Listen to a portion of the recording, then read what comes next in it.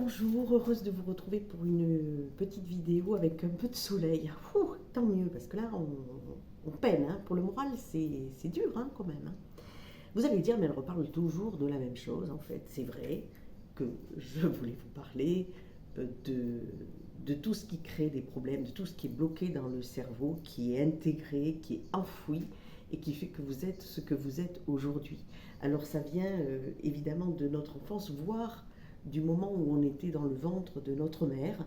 Euh, on a vécu avec une famille, avec des gens autour de nous qui ont été peut-être anxieux, qui étaient peut-être déprimés, qui voyaient peut-être les choses en noir, mais qui ont aussi peut-être éventuellement vous ont ignoré, vous ont isolé, vous ont dénigré, vous ont maltraité, vous ont frappé, euh, vous ont humilié, vous ont jalousé.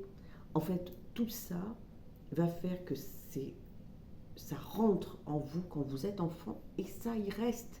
Et pour vous, ça reste la vérité. Voilà, on vous a dit tu fais rien de bon, et bien, toute votre vie, si vous ne faites pas un travail dessus, ça va rester eh bien, tu fais rien de bon. On ne peut pas compter sur toi, mais vraiment, qu'est-ce que tu fais dans cette vie, enfin, et ainsi de suite. Le truc, c'est que ça va avoir des conséquences, puisque vous croyez que c'est la vérité.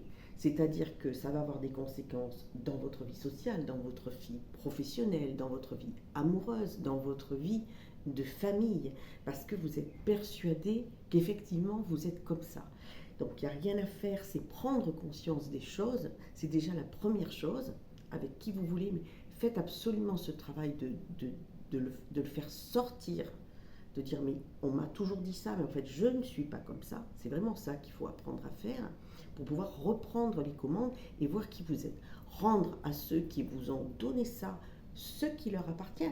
Ça ne veut pas dire se mettre en colère, se fâcher, pas forcément. C'est simplement dans votre tête leur rendre ce qu'ils vous ont dit. Vous savez que je suis plutôt pour la résilience, donc se construire sans pour autant faire tout exploser, se construire autrement. Et surtout, remettre le rôle de chacun à la bonne place. Voilà.